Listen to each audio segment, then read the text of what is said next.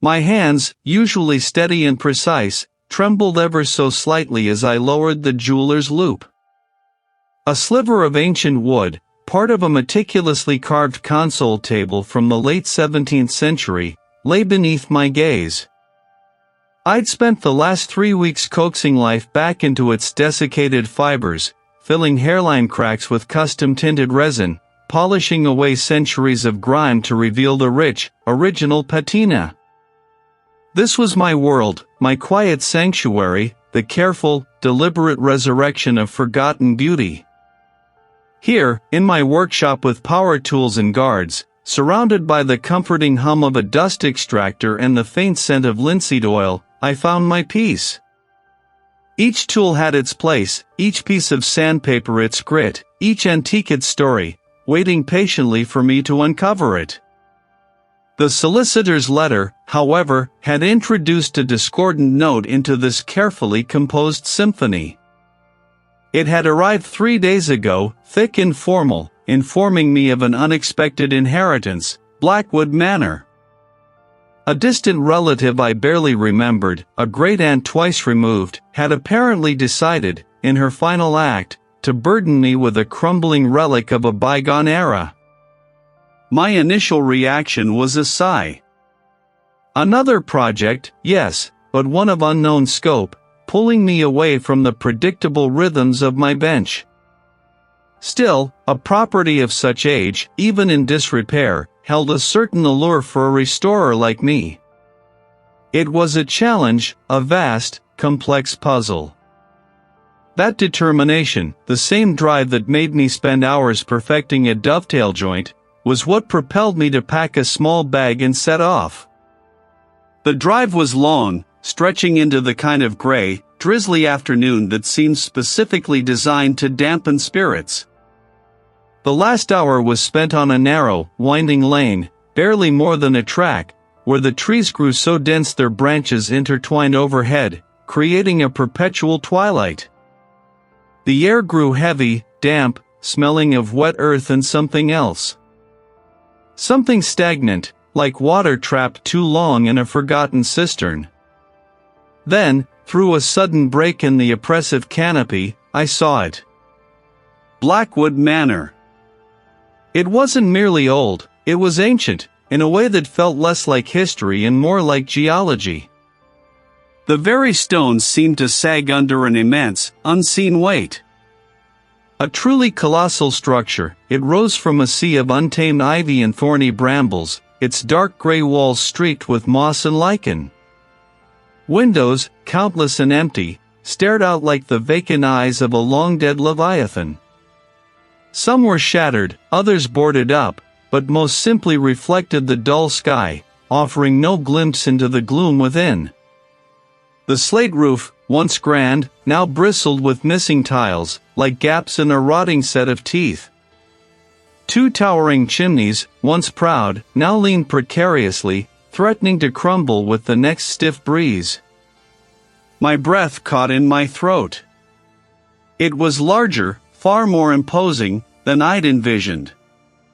The solicitor had mentioned decaying, but that word felt utterly inadequate.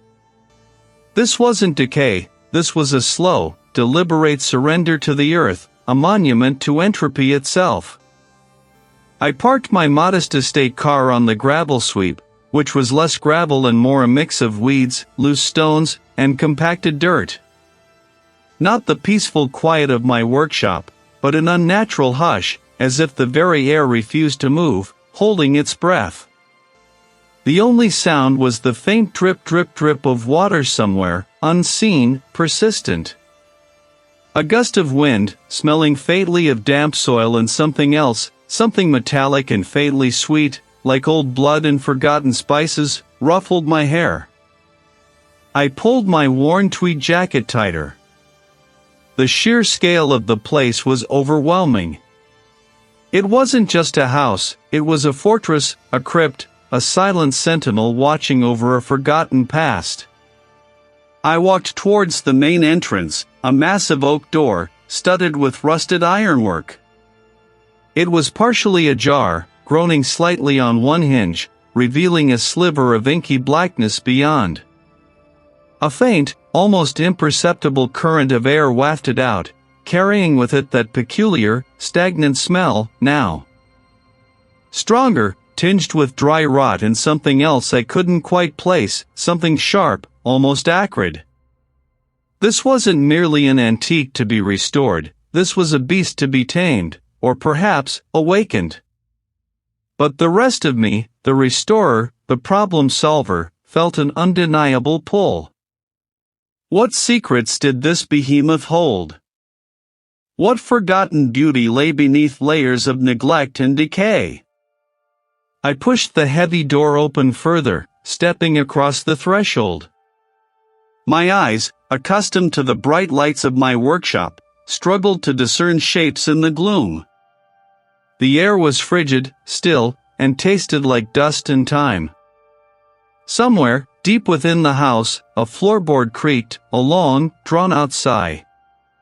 The table was the first substantial piece I'd tackled since arriving, a test of my skill and a promise to this decaying manor that I was serious about its resurrection. Now, with the console table almost complete, I moved my focus to the grand drawing room, the manor's heart, which was currently a symphony of dust sheets and skeletal furniture frames. My immediate task was the restoration of a pair of massive, gilt-wood armchairs, their velvet upholstery long since shredded by time and neglect. I'd hauled the first one down to the workshop with power tools and guards in the manor's west wing, a surprisingly robust space with concrete floors and high windows, once used, I imagined, by estate carpenters. The whirring of the belt sander and the low hum of the dust extractor were a comforting, familiar drone against the oppressive silence of the rest of the house. I began by carefully stripping away the remaining scraps of fabric, revealing the intricate carving beneath. My tools lay scattered on the workbench, a tack remover, various pliers, a set of specialized chisels for cleaning out tight corners. I just used the small, curved chisel to pry out a particularly stubborn tack, setting it down beside my right hand. When I reached for it again, barely a minute later, it wasn't there. I frowned, scanning the cluttered surface. It was a small tool, easy to misplace, especially when my mind was so absorbed in the work. I shrugged, dismissing it as my own absent-mindedness, and picked up another, similar chisel. The manor was vast, and my focus had been singular. It was easy to get lost, not just in its labyrinthine corridors, but in my own thoughts. Hours passed. The rhythmic scrape of my scraper against the armchair's frame filled the workshop. The afternoon light, filtered through the grimy windows, began to fade, casting long, distorted shadows across the floor. I straightened, stretching my back, and wiped a bead of sweat from my brow. That's when I heard it. A distinct thump. Not loud, not violent, but a definite impact. It came from upstairs, somewhere directly above the workshop, perhaps the old servants' quarters. The sound felt too heavy to be the house settling, too deliberate to be a mere creak of old wood. I froze, listening. Only the distant hum of the dust extractor responded. "Hello?" I called out, my voice sounding thin and reedy in the sudden quiet I hadn't realized was there. I'd paused the belt sander, cutting off its comforting drone. No reply. Of course not. I was alone here. I'd made sure of it. The nearest village was miles away, and I hadn't seen another soul since the solicitor had handed me the keys. I resumed my work, but the rhythm was broken. My hands felt less steady. I found myself glancing towards the workshop door more often, my ears straining for another sound. It should have been right there, in the small wooden tray where I kept my brushes. It wasn't. My gaze swept the workbench again, more thoroughly this time. The curved chisel I dismissed earlier as misplaced, the one I'd been looking for, lay not on the workbench, but on the concrete floor, a good 6 feet away from where I worked, nestled against the leg of a different, crated piece of furniture. It was too far to have simply rolled. I distinctly remembered putting it down. I distinctly remembered not seeing it roll. This wasn't absent-mindedness. It was subtle, but distinct, a smell I hadn't noticed before, and it seemed to cling to the air around the far corner of the workshop, near an old, bricked-up archway I hadn't yet explored. I stood up slowly, my eyes narrowed, scanning the room. The feeling was undeniable now, I was being watched. The hairs on my arms stood on end. My gaze landed on the armchair I was working on. As I had been stripping away the layers of decay, I noticed an irregularity in the wood of the front stretcher, almost hidden beneath centuries of grime and paint. Now, with more material removed, a small, square indentation, no larger than my thumbnail, was clearly visible. It was perfectly cut, a shallow recess that could only have been made by design, not by accident or decay. It was too precise. My fingers traced its edge, feeling the smooth, untouched wood within. It wasn't a repair. It was a hidden detail, a tiny, deliberate cavity for what? A key? A message? Or something else entirely? The air in the workshop suddenly felt thick, pressing in on me. But when I blinked, it was gone, leaving only the endless, empty pain. I was alone. But the quiet no longer felt empty. It felt occupied. Filling the minute, spiderweb cracks with a custom mixed resin that mimicked the original sapwood.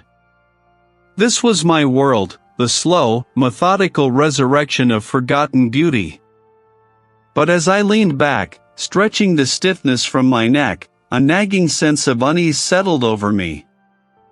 It wasn't the usual fatigue from hours hunched over delicate carvings. It was something else, a whisper of wrongness that had been growing since I first set foot in this crumbling manor. I ran a hand over the freshly polished surface of the console table. Its intricate acanthus leaves now gleamed, a testament to craftsmanship long past. I needed a specific type of abrasive, a very fine grit, to finish the last few details on the legs. It wasn't in my main toolkit. I sighed, knowing exactly where it was, down in the manor's extensive, ill-lit basement, where the previous owner had haphazardly converted a section into a sprawling workshop with power tools and guards. The guards were purely theoretical now, rusted iron gates and a single, flickering bulb that barely held back the encroaching shadows. The journey down was always an experience.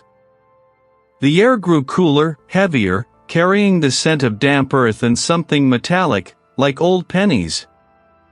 The stone steps, worn smooth by generations of feet, creaked under my weight. I gripped the wooden banister, its surface rough and splintered, and forced myself to focus on the task. Abrasive. Fine grit. Finish the table. My mind, usually a well-organized archive of restoration techniques and historical facts, felt fuzzy at the edges today. I shook my head. Isolation, plain and simple. Working alone in this echoing mausoleum was bound to play tricks. The workshop was a cavernous space, a jumble of forgotten machinery and tools I hadn't yet had time to sort. Dust motes danced in the anemic glow of the single bulb. I navigated around an antique lathe, a hulking drill press, and a workbench littered with rusted clamps, my footsteps echoing unnaturally. The fine grit was usually kept in a set of drawers near the far wall, close to what looked like a sealed-off storage area. Something felt off. The stones here were larger, more crudely cut than the rest of the basement's foundation. And one of them, a rectangular block about waist-high, seemed to protrude ever so slightly. My restorer's eye, trained to spot the minutest imperfections, latched onto it. I ran my hand over the surface again, feeling for seams, for variations in temperature. Curiosity, that insatiable beast, took hold. I abandoned the abrasive hunt. I pressed against the stone, then pushed, then tried to wiggle it. Nothing. Frustration mounted, but so did a prickling sense of excitement. This wasn't just a loose stone, this was a deliberate concealment. With careful, deliberate movements, I worked the tip into the faint seam. The stone groaned, a low, grinding sound that seemed to vibrate through the very bedrock of the manor. Then, with a soft thunk, it gave. It wasn't a loose stone, it was a small, hinged door, cleverly disguised.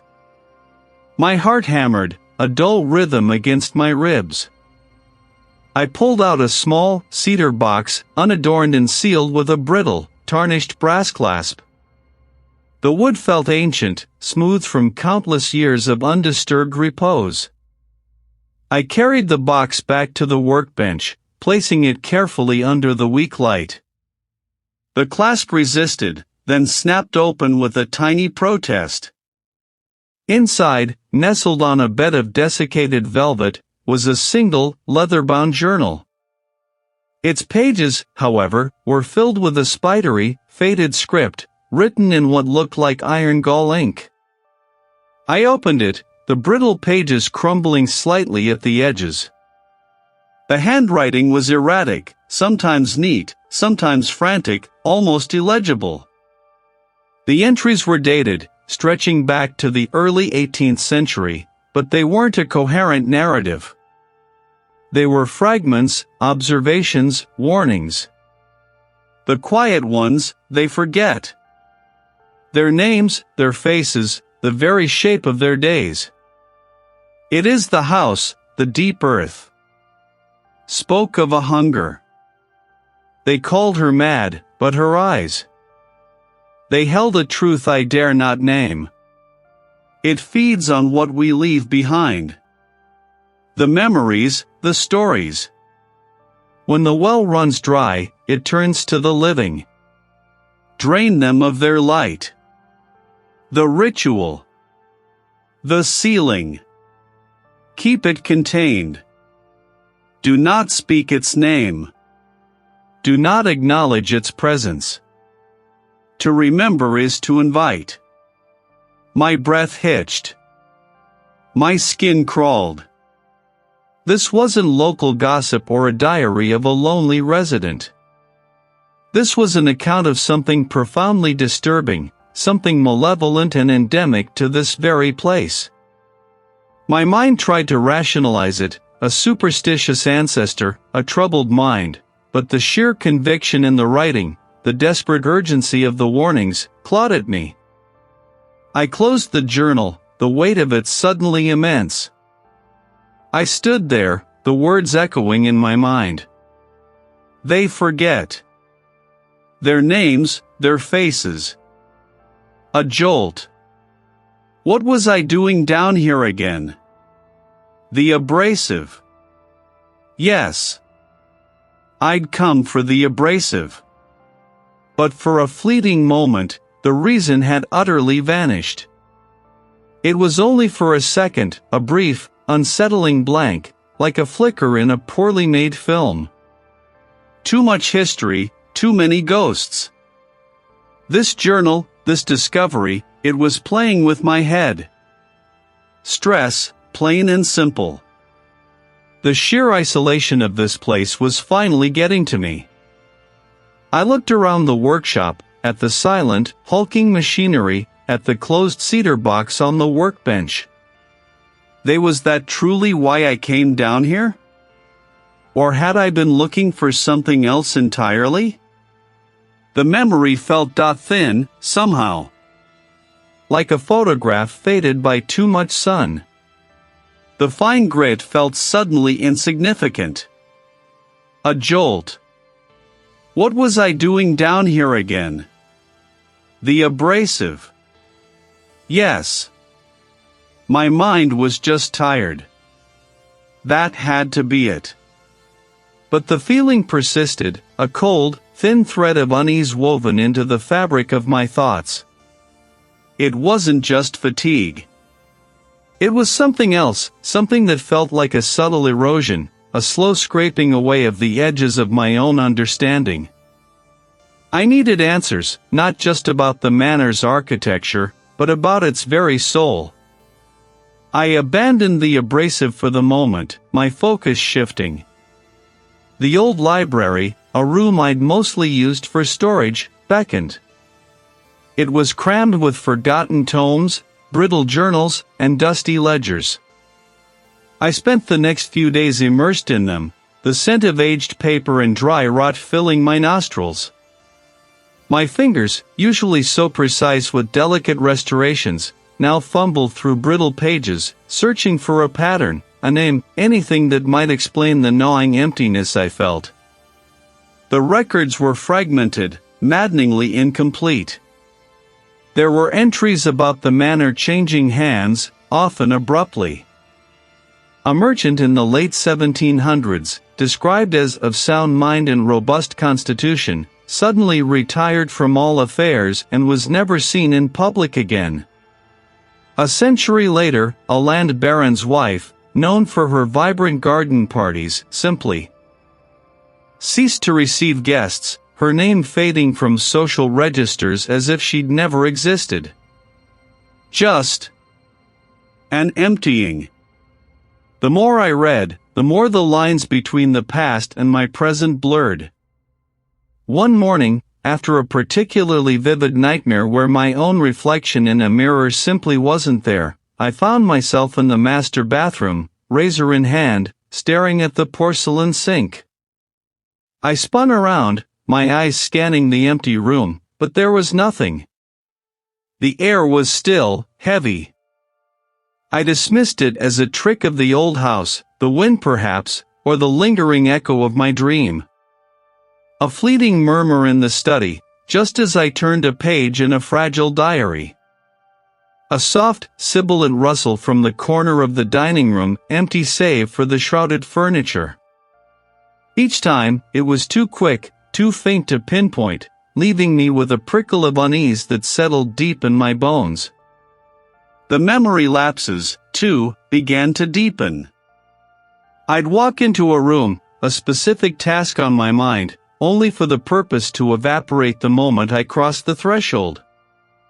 My tools, usually laid out with meticulous precision, would disappear from where I was certain I'd left them, only to reappear later in an entirely different part of the house. I found a half-eaten sandwich on a shelf in the library, utterly bewildered as to how it got there or when I'd prepared it. One afternoon, I was in the workshop with power tools and guards, trying to regain some semblance of normalcy, to ground myself in the familiar rhythm of restoration. The whine of the belt sander, the scent of fresh sawdust, these were my anchors. I was meticulously sanding a piece of ornate trim, the grain emerging beautifully under my careful hand. But as my fingers closed around it, a sudden, sharp jolt went through me. I couldn't remember what I was restoring. The project, the trim, the entire purpose of my presence in the workshop, it was gone. Just a blank. I stood there, the rosette clutched in my hand, the sander still humming softly beside me. This wasn't a flicker. This was a gaping hole. The fragments of the manor's past, the tales of disappearing memories, of minds emptying out, they weren't just history anymore. My determination to uncover the manor's secrets now warred with a terrifying new certainty: the manor was uncovering me. And it was slowly, deliberately, taking me apart. Piece by agonizing piece. The abrasive. Right. But that momentary blank, that unsettling flicker, clung to me like a damp shroud. I pressed the heels of my hands into my eye sockets, trying to scrub away the lingering disorientation. It wasn't just tiredness, it was a cold, creeping sensation that something vital had been misplaced. Like a tool I just had in my hand, only to find it gone the next second. I needed to ground myself, to focus on the tangible. The meticulous, demanding work of restoration was my anchor. It was a section of the old carriage house, reinforced and repurposed, a deliberate choice to keep the heavy machinery and any potential hazards separate from the delicate antiques and the main dwelling. I had a small crew of security personnel, essential for protecting the valuable pieces I brought in for restoration, and for keeping the more curious locals at bay. As I approached, the low thrum of the ventilation system became audible, a steady, reassuring drone that spoke of modern efficiency. The air, when I stepped inside, was a different beast altogether, a complex bouquet of sawdust, mineral spirits, ozone from the arc welder, and the faint, metallic tang of freshly cut steel. It was a smell I usually found comforting, a testament to productive labor. Today, it felt. Two of the guards were at their usual posts, one by the main entrance, another near the storage crates. Their presence was a constant, solid fact. I nodded to the one nearest me, a burly man with a neatly trimmed beard. He returned the nod, his gaze scanning the interior, then me, before settling back on the entrance. Everything seemed normal. I walked past a row of buffing wheels, their pads stained with various polishing compounds, towards my workbench. A half-finished mahogany desk, its surface scarred by a century of neglect, waited for me. I picked up the abrasive I'd come for, a fine-grit sandpaper, and ran my thumb over its rough texture. This was real. This was my work. The rhythmic shhhshhhshhhh of the paper against the wood was usually meditative. A sudden, jarring clang reverberated through the room. I flinched, dropping the sandpaper. My head snapped up. The sound had come from the far corner, near the heavy drill press. But no one was there. The guard by the crates hadn't even stirred. The guard by the crates turned his head slowly, his brow furrowed. "Hear what, Reed?" His voice was clear, unconcerned. The clang. Over there." I pointed towards the drill press, my hand trembling slightly. He looked, then shrugged. "Must have been the wind. Old building settles." "Wind? Inside this sealed, insulated workshop?" It was too specific, too loud to be merely the house settling. I returned to the desk, trying to dismiss it. Focus. Sanding. The shhhshhhshhhh resumed, but now it felt different, less like friction, more like a breath. A long, drawn-out exhalation. My gaze drifted to the mahogany desk. I was working on the left pedestal, meticulously removing old varnish. But as I looked, a flash of something else superimposed itself, a different desk, one I didn't recognize, its surface not scarred but pristine, untouched. And then, just as quickly, it was gone, replaced by the familiar damaged wood. My hand froze. What was that? A trick of the light? A momentary lapse in focus? I closed my eyes, took a deep breath, and reopened them. The mahogany was as it should be. I tried to remember the specific technique I was using for this type of veneer, the exact angle, the pressure. For a terrifying beat, the knowledge wasn't there. It was like trying to recall a name that was right on the tip of my tongue, but utterly unreachable. My own expertise, a fundamental part of who I was, had simply evaporated. This wasn't just a memory blank, this was an erosion. I looked down at my hands, the hands of an antique restorer, calloused and skilled. But for a moment, they felt alien, not quite mine. A profound sense of detachment washed over me, as if I was observing someone else's hands, someone else's work. It wasn't a sound from the workshop, not the tools, not the ventilation. It was inside my head, yet distinct from my own thoughts. "What do you remember, Reed?" The voice was like dry leaves skittering across a stone floor, ancient and brittle. It wasn't a question, but an insinuation, a challenge. I gripped the edge of the workbench, my knuckles white. I looked up frantically. The guards were still there, still at their posts, oblivious. They hadn't heard it. They couldn't have. My name. Reed. I knew my name. I clamped down on it, a desperate affirmation. I am Reed. I restore antiques. This is my workshop. These are my tools. I spun around, scanning the workshop with frantic eyes. There was nothing. Just the familiar metal, wood, and concrete. But the air felt thick, heavy with an unseen presence. The rhythmic hum of the ventilation system seemed to distort, becoming a low, guttural growl. I stumbled back from the workbench, knocking over a can of wood stain.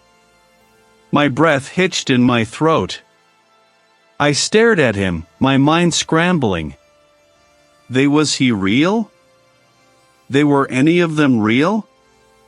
Or were they just constructs, meticulously placed by it to further blur the lines? The question, once unthinkable, now felt terrifyingly plausible. His face, so familiar moments ago, now seemed flat, almost like a poorly rendered image. My own face stared back, pale and distorted by the curved metal. But for a fleeting, horrifying second, the eyes weren't mine. They were older, deeper, filled with an ancient, unbearable sorrow. The world tilted. The familiar sounds of the workshop became a cacophony of distorted screeches and grinding. The metallic tang in the air turned bitter, acrid. I felt my grip on reality slipping, like a thin thread, fraying under immense pressure. Only a dry, rasping gasp. I was here, in my workshop, with power tools and guards, but I was utterly, terrifyingly alone, adrift in a sea of manipulated perception, my very identity dissolving around me. The profound chill that seized me, colder than any draft through the manor's ancient stone, clung to my bones. Those eyes in the brass sheet, older, deeper, not mine, they were a splinter of ice in my mind, shattering whatever fragile composure I had left. Panic clawed at my throat. This wasn't some trick of the light, some fatigue-induced hallucination. This was real. This was happening. I was happening. My eyes stared back, wide and bloodshot, but they were my eyes again. The fleeting horror had passed, leaving only a sickening certainty. I had to get out. Now. Before whatever had peered out from my reflection took hold completely. My legs felt like lead, but I forced myself into a run, crashing through the dim, labyrinthine corridors of the manor. Each turn felt wrong, each shadow seemed to deepen, to stretch and writhe. I pushed past heavy, draped tapestries, my fingers brushing against the dusty, moth-eaten fabric, seeking a door, a window, anything that led outside. My own ragged breaths were the only sound, echoing off unseen walls. I thought I remembered the layout, the quickest path to the main hall, to the heavy oak door that led to the overgrown drive. But the manor seemed to warp around me, corridors twisting into unfamiliar cul-de-sacs, rooms appearing where only blank walls should have been. A sense of profound disorientation, worse than any dream, washed over me. Had I been here before? Was this a new wing, unearthed by the entity, or had my mind simply fractured? The oppressive silence was ripped away by a cacophony of sound, the high-pitched whine of a circular saw, the rhythmic clang of metal on metal, the heavy thrum of unseen machinery. The air, once thick with dust and decay, now carried the sharp, acrid scent of oil, ozone, and fresh-cut lumber. I blinked, my vision swimming. I wasn't in the manor anymore. I was standing in the middle of a vast, concrete-floored workshop with power tools and guards. Fluorescent lights hummed overhead, casting a harsh, unforgiving glare on rows of workbenches laden with grinders, drills, and welding equipment. Sparks flew from a distant corner where a figure in heavy gloves bent over a vise. The air vibrated with industry, a stark, brutal contrast to the ancient quiet I'd just fled. My heart hammered against my ribs, a frantic drum against the sudden, deafening reality.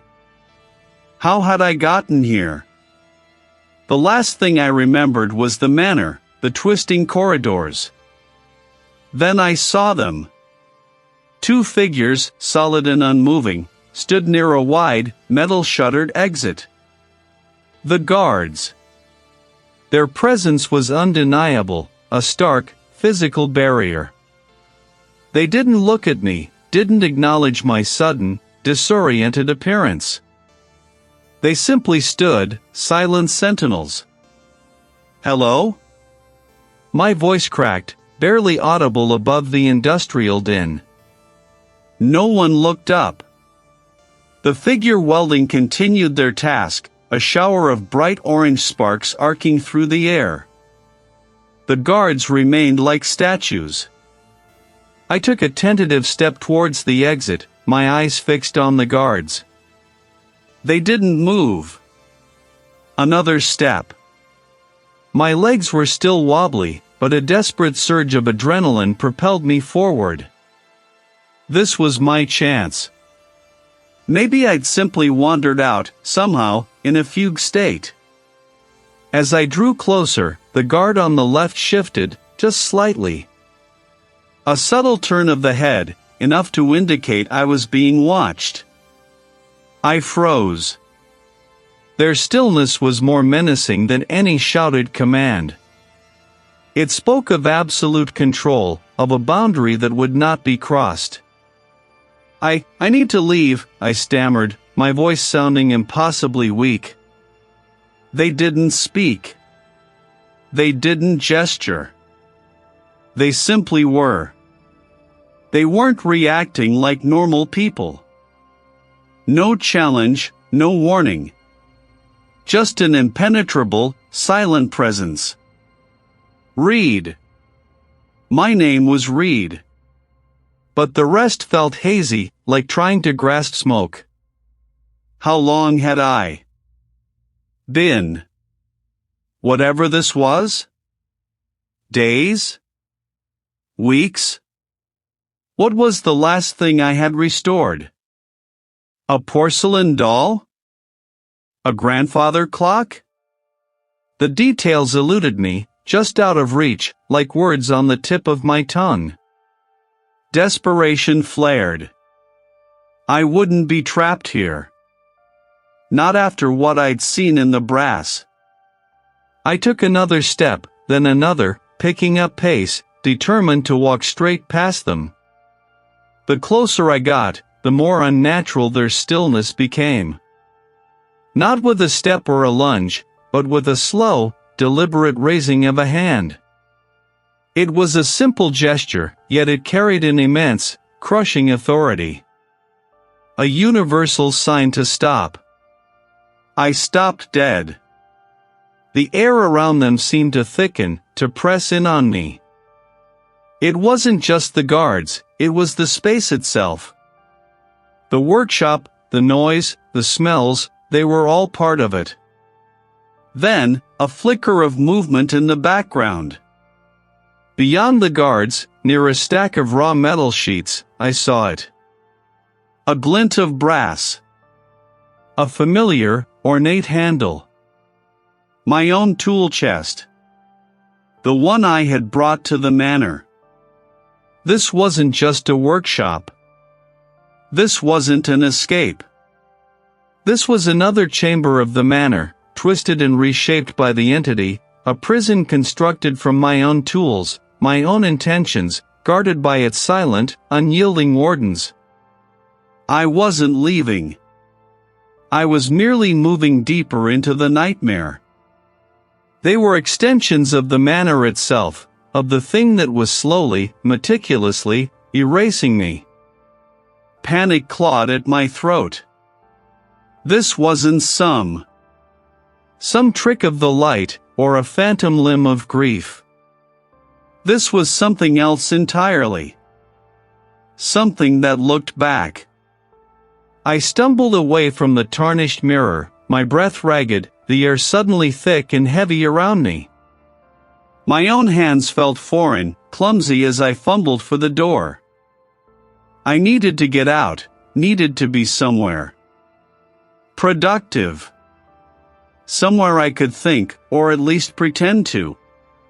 My feet carried me through the echoing corridors, a frantic, unthinking flight, until I reached the familiar scent of sawdust and machine oil. The workshop with power tools and guards. I pushed the heavy oak door open, the groan of its hinges a familiar, grounding sound amidst the chaos in my head. The workshop was a sprawling space, usually a sanctuary of order and purpose. Now, under the single, bare bulb hanging from the ceiling, it felt less like a haven and more like a cage. The dormant bandsaw stood like a hulking beast, its teeth glinting dully. The drill press, a skeletal arm poised to strike, and the guards. They weren't men, not in the traditional sense. Not anymore. They were the shadows that clung to the corners, the way the tool racks seemed to shift when I wasn't looking directly, the low, almost imperceptible hum that vibrated through the floorboards, a constant presence that made the hair on my arms stand on end. They were the feeling of being watched, of being contained, by something formless and vast. I could feel their collective gaze, a pressure on my skin, as I moved deeper into the room. This wasn't going to break me. Not yet. I walked over to my main workbench, its scarred surface a map of past projects. I ran my hand over the cool, smooth plane of a partially restored mahogany panel, the grain intricate beneath my fingertips. This panel had come from the master bedroom, part of a built-in wardrobe I'd been painstakingly bringing back to life. At the time, I dismissed it as an old carpenter's mark, an odd, looping symbol. But now, it felt significant. I pulled a magnifying lamp closer, its bright beam cutting through the dimness. I found the spot, just above a knot in the wood. The symbol wasn't just a loop. It was a spiral, impossibly intricate, twisting inwards, then outwards again, like a forgotten labyrinth. And within its coils, tiny, almost imperceptible lines, like a series of tally marks, or perhaps, names. My mind raced, pulling at threads of memory, some solid, some frayed. It all clicked into place with a horrifying, sickening certainty. The manor wasn't just old, it was ancient, built upon something far older. And this symbol. This was its brand. A mark of ownership. The entity wasn't a ghost, not in the spectral sense. It was something far more insidious. A parasite. It wasn't just feeding on the house or its history.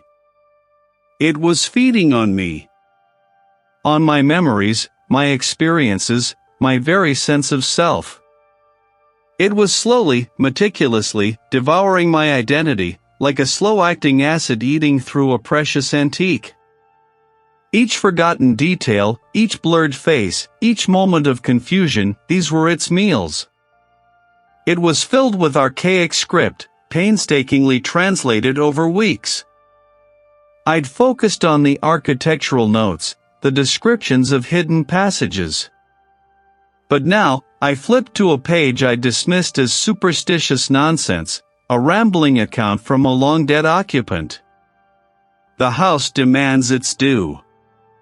Not coin, not blood, but the very essence of what makes a man. Then, it wears the skin, and the next comes, unknowing, to feed the hunger anew. The words swam before my eyes, each one a hammer blow to my fragile sanity. The ultimate cost. It didn't just want to possess me. It wanted to replace me. To strip away everything that was Reed, leaving behind an empty vessel, a new memory bank for it to draw from, until it was ready to discard me and move on to the next. They were its eyes, its silent witnesses, ensuring I didn't escape before the meal was complete. This wasn't about appeasing it, it was about stopping it. But how do you fight something that feeds on your very soul, that blurs the lines of your own reality, that turns your memories against you? How do you fight something that has already begun to become you? The chill in the workshop with power tools and guards seeped into my bones, a cold more profound than the late autumn air outside. It felt like the cold of forgotten things, of empty spaces where something vital used to reside. My own mind was becoming one of those spaces. Fragments of memories, like shattered porcelain, lay scattered across the landscape of my thoughts. The previous day's revelation still echoed, a monstrous truth that had somehow anchored itself amidst the mental fog. To strip away Reed, leaving a clean slate, a new memory bank for it to inhabit and draw from, until it was ready to discard. What? The shell? The empty husk? The thought was a clawed hand raking across my remaining sanity. I stood amidst the dormant machinery, the air thick with the faint tang of sawdust, metal, and something else, something old and stagnant, like breath held too long in a sealed room. The guards, two hulking figures, were positioned near the main entrance, their presence a dull thrum of unease rather than comfort. They were there to keep me in, I suspected, or perhaps to keep others out, though I couldn't remember who others might be. Their faces were blurry, their names lost. Only their function remained. A router sat nearby, its sharp bit glinting under the bare bulb.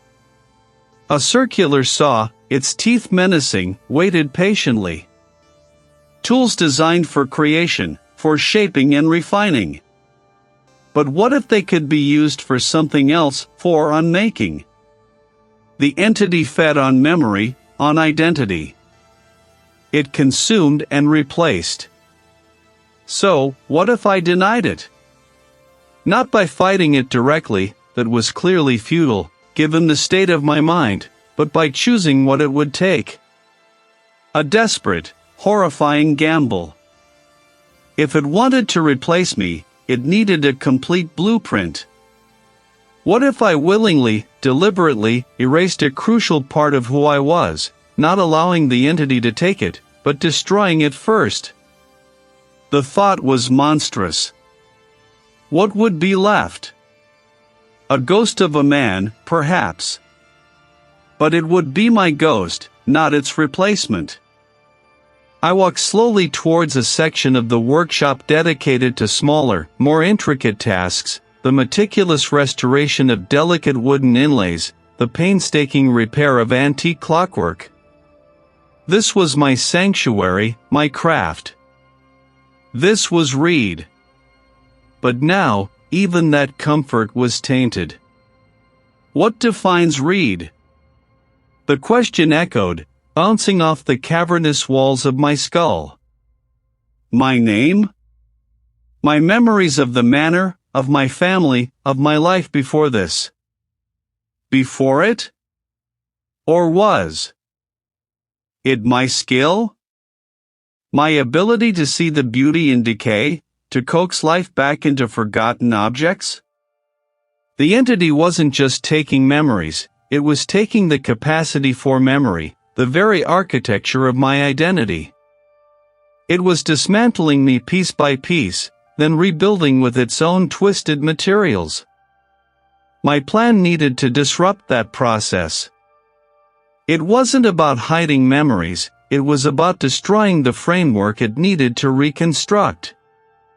And the most potent framework, the very spine of my identity, was my craft.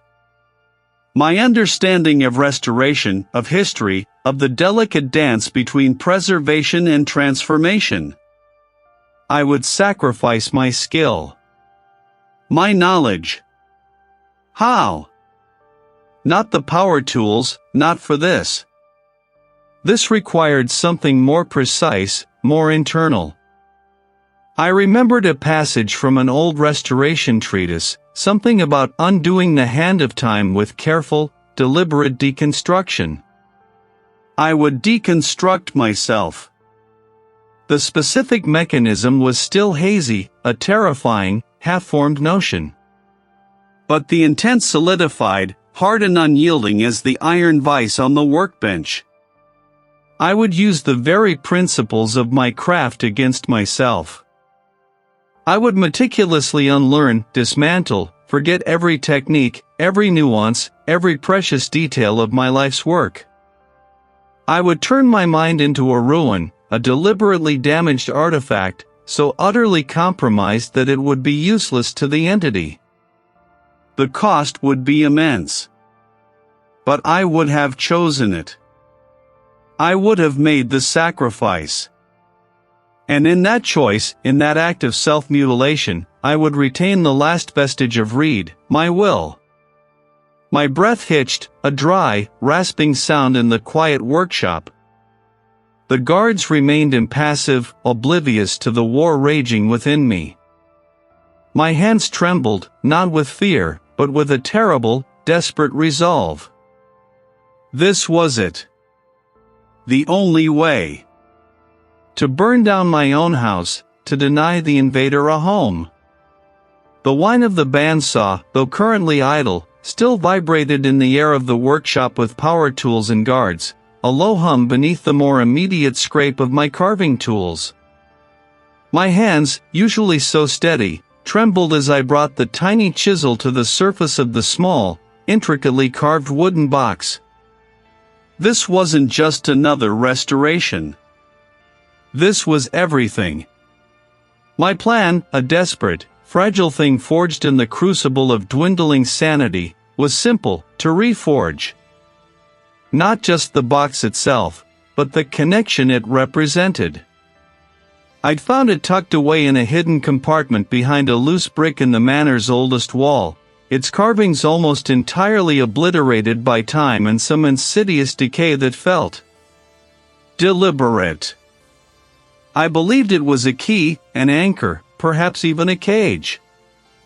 If I could restore its original purpose, its original form, then maybe, just maybe, I could sever the invisible tendrils that were slowly unraveling me. A guard, a burly figure whose face I couldn't quite recall from one moment to the next, shifted his weight near the reinforced door, the soft creak of his gear a tiny echo in the vast space. I was grateful for their presence, even if their faces were becoming indistinct blurs in my mind's eye. They were real, I told myself. They had to be. My focus narrowed to the box. It was no larger than my palm, made of some dark, heavy wood I couldn't readily identify, even with my years of experience. As I began to carefully scrape away the outer layers, the resistance wasn't just from the hardened gunk of centuries. "What am I doing?" The whispered question escaped my lips before I could stop it. My fingers paused, hovering over the wood. Why was I here? What was this box? The faint hum of the fluorescent lights above seemed to buzz with a silent accusation. No. Focus, read. I squeezed my eyes shut, pressing the sharp edges of the chisel into my palm until the slight sting brought me back. The box. It was important. It was my identity. I was Reed, the restorer. This was my craft. This was my fight. As the first faint lines of the original carving began to emerge under my careful hand, a wave of profound disorientation washed over me. The air in the workshop grew heavy, thick with an unseen pressure. Reed, who are you? The thought wasn't mine. My hand faltered, the chisel slipping, gouging a fresh, ugly scar across the emerging pattern. A gasp tore from my throat. This was it. The entity was here, pressing in, directly attacking my memories, my very sense of self. Suddenly, the image of my own reflection in a polished silver tray I'd restored years ago flickered into my mind, vivid and startling. I remembered the meticulous care I'd taken, the hours spent, the satisfaction of seeing its true beauty revealed. That was Reed. That was me. I gritted my teeth, forcing my trembling fingers to steady. I had to remember. The attacks intensified. Memories began to unravel like old yarn. My childhood home morphed into the manor. Was I an orphan? Had I always lived here? I couldn't trust anything my mind offered up. But then, a stubborn anchor. The feel of the chisel in my hand. The specific weight of the box. The intricate, swirling pattern that was slowly, painstakingly emerging. This was real. This was happening now. I focused on the tiny, almost invisible line I was carving, allowing the physical act to ground me. Each minute detail, each careful stroke, was a defiance.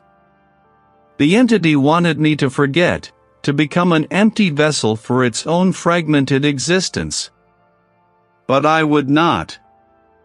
A memory, sharp and clear, cut through the haze, the smell of linseed oil on my hands after a long day of work. The satisfaction of a perfectly mended joint. The quiet joy of revealing the true color of an ancient varnish. These were mine. These were the building blocks of Reed. The more I restored the box, the more I felt I was restoring myself. I am here. Was the box getting brighter, or was it just my failing eyes? The guard in the corner was gone. Or had he ever been there? The roar of the bandsaw, though still idle, seemed to grow louder, filling the entire workshop with power tools and guards with a deafening, mechanical shriek. I focused on the box, on the last, crucial detail of the swirling pattern. My fingers ached, my head throbbed, but something deep within me, a stubborn, unyielding spark, refused to extinguish. I was fighting for the very concept of me. I looked at the box, now fully restored. Reed. The restorer. And I was not broken. Not yet. The guard in the corner was gone. Or had he ever been there? The roar of the bandsaw, though still idle, seemed to grow louder, filling the entire workshop with power tools and guards with a deafening, internal shriek. It wasn't just noise, it was a tearing sensation, a frantic rending deep inside my skull. The edges of the room blurred, dissolving into a formless, blinding white. Then, an abrupt, violent implosion. Not outward, not a burst, but a sudden, desperate collapse inward. The searing light from the box vanished, drawn into itself, pulling with it the phantom roar, the dizzying pull, the very sensation of being undone.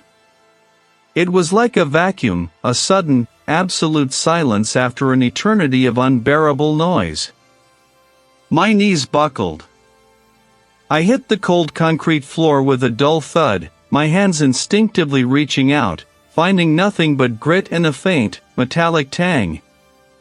I lay there, gasping, the air in my lungs feeling thin, alien, as if I'd forgotten how to breathe. My head throbbed, a dull, pervasive ache that seemed to emanate from empty spaces behind my eyes. The workshop with power tools and guards was quiet. Too quiet. The distant hum of the fluorescent lights above was the only sound, a sterile, indifferent drone. The box, no longer luminous, sat innocently on the workbench, a plain wooden container, utterly inert. It looked harmless, mundane, but I knew. I knew what it had done. What I had done. I pushed myself up, my limbs heavy, uncooperative, as if they belonged to someone else. My fingers brushed against the rough grain of the workbench. I picked it up, weighing its familiar heft in my hand. What was this for? It felt right. I looked around the workshop with power tools and guards. The heavy drills, there. Bits gleaming dully under the fluorescent lights, the sharp blades of the circular saws, the pervasive smell of sawdust and machine oil, it all seemed familiar, yet fundamentally disconnected from me. Had I used these tools, for what purpose? A flicker of an image, intricate carvings, delicate inlays, the smooth sheen of polished mahogany. I stumbled towards the corner where the guard had been. No trace. No lingering scent of stale tobacco, no indentation on the concrete, just the stark, gray wall. Had I imagined him? Had I imagined all of them? The guards? If they weren't real, what else wasn't? What else had my mind fabricated?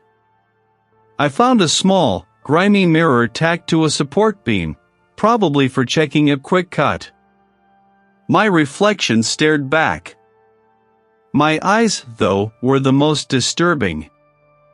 They held a profound emptiness, a bewildered stranger looking out from behind my own features. I tried to recall something simple. My favorite food. The color of my childhood home. The name of my closest friend. Nothing. It wasn't just that I couldn't remember, it was that the very space where those memories should have been had been scoured clean, leaving behind only a bewildering emptiness, a gaping chasm. There was no struggle, no reaching for a forgotten detail, just a blank, terrifying absence. My hand went to my chest, over my heart. My identity, my history, the very essence of Reed, it was frayed, tattered, like an ancient tapestry ripped to shreds. The entity hadn't just consumed memories, it had consumed the threads that wove them together, leaving me a collection of disconnected moments, a ghost in my own skin, haunting the remnants of a life I could no longer fully claim. The victory, if that's what it was, felt like a profound defeat. A Pyrrhic triumph paid for with the very currency of my existence. I had stopped it, I thought. I had contained it. But the cost. They were skilled hands, I knew that instinctively. They had created beauty, restored what was broken, breathed new life into forgotten objects.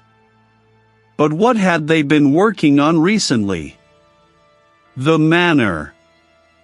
Yes, the manor. A decaying, isolated manor, but why? What was its name? Who owned it? I owned it, didn't I, or did I? The certainty wavered, then dissolved into the same blankness that swallowed everything else. Each whirring fan in the distance, each creak of the old structure, seemed to mock my shattered mind, highlighting the vast emptiness within. I was here. I was. Read.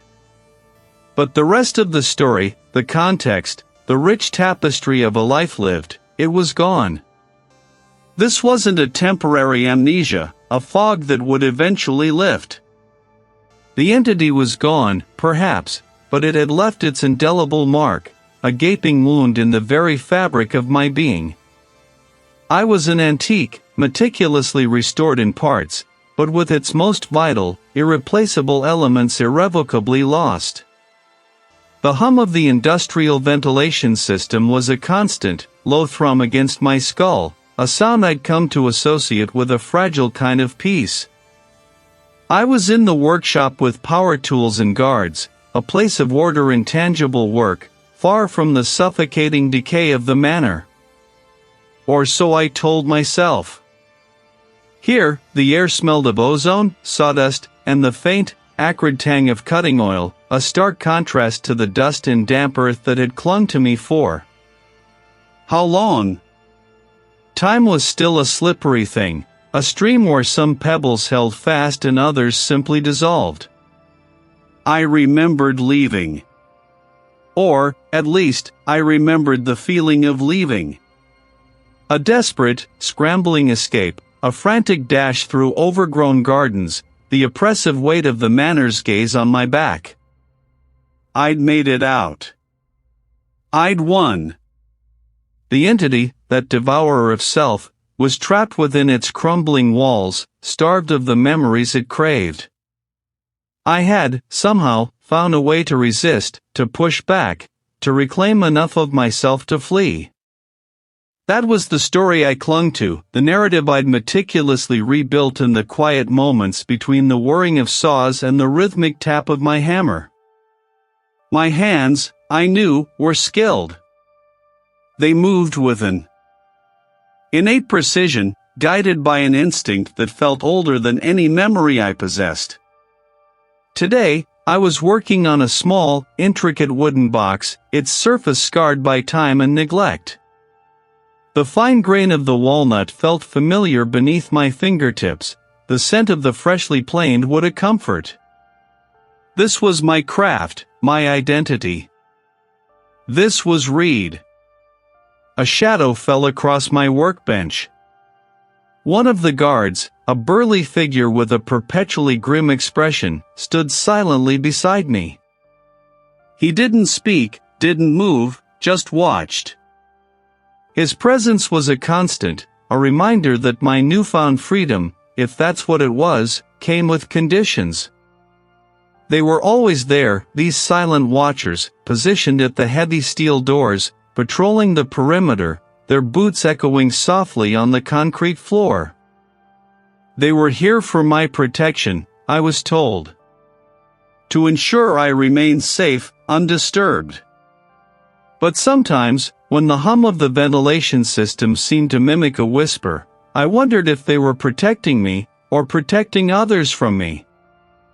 I picked up a delicate chisel, its edge glinting under the harsh fluorescent lights.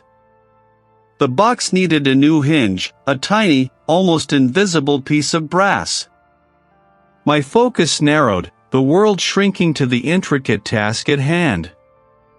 This was how I fought back the lingering tendrils of confusion, the phantom echoes of forgotten lives that sometimes flitted at the edges of my awareness. By creating, by restoring, by asserting my own purpose. But as I worked, a strange feeling began to prickle at the back of my neck. The box, while undeniably old, felt new. Not new to me, but as if it had been recently aged, its decay meticulously crafted. The wood grain seemed to shift slightly under my gaze, almost imperceptibly, forming patterns that weren't quite random. My breath hitched. I paused, my chisel hovering. The guard still stood, unmoving, a statue of watchful vigilance. There was a faint etching on its underside, almost entirely worn away. I leaned closer, straining to see. It wasn't a craftsman's mark, not a family crest. It was a symbol, a twisting knot of lines that seemed to writhe and coil, familiar in a way that made my stomach clench. It was the symbol from the manor. The one I'd found etched into the ancient foundations, hidden behind crumbling plaster. The one that had seemed to pulse with a faint, malevolent energy. But this one was fresh. The lines were sharp, the edges crisp, as if carved only yesterday. My hands, those skilled hands, began to tremble. I looked at the chisel, then at the tiny, intricate hinge I was about to install. It wasn't brass. It felt hungry. This wasn't restoration. This was construction. My mind reeled. The manor. The entity. It hadn't been trapped. It hadn't been starved. It had merely found a new vessel. A new host. I dropped the chisel with a clatter. My gaze darted around the workshop, past the silent guard, past the humming machinery that suddenly sounded like a low, guttural growl. The other guards, at the doors, along the walls, they weren't just watching. They were waiting. My eyes fell on my reflection in the polished surface of a nearby power tool. My face was pale, my hair disheveled. But there was something else, something in the depth of my eyes. A hunger. The realization hit me with the force of a physical blow, stealing the air from my lungs. The escape, the victory, the rebuilding, it had all been a lie. A meticulously crafted delusion. The entity didn't need the manor anymore. It had me. It had learned. It had adapted. They were still my hands, yes, but they were no longer simply restoring. They were creating creating new vessels, new conduits, new homes for the entity, using the memories it had stolen from me, from others, as the very blueprint.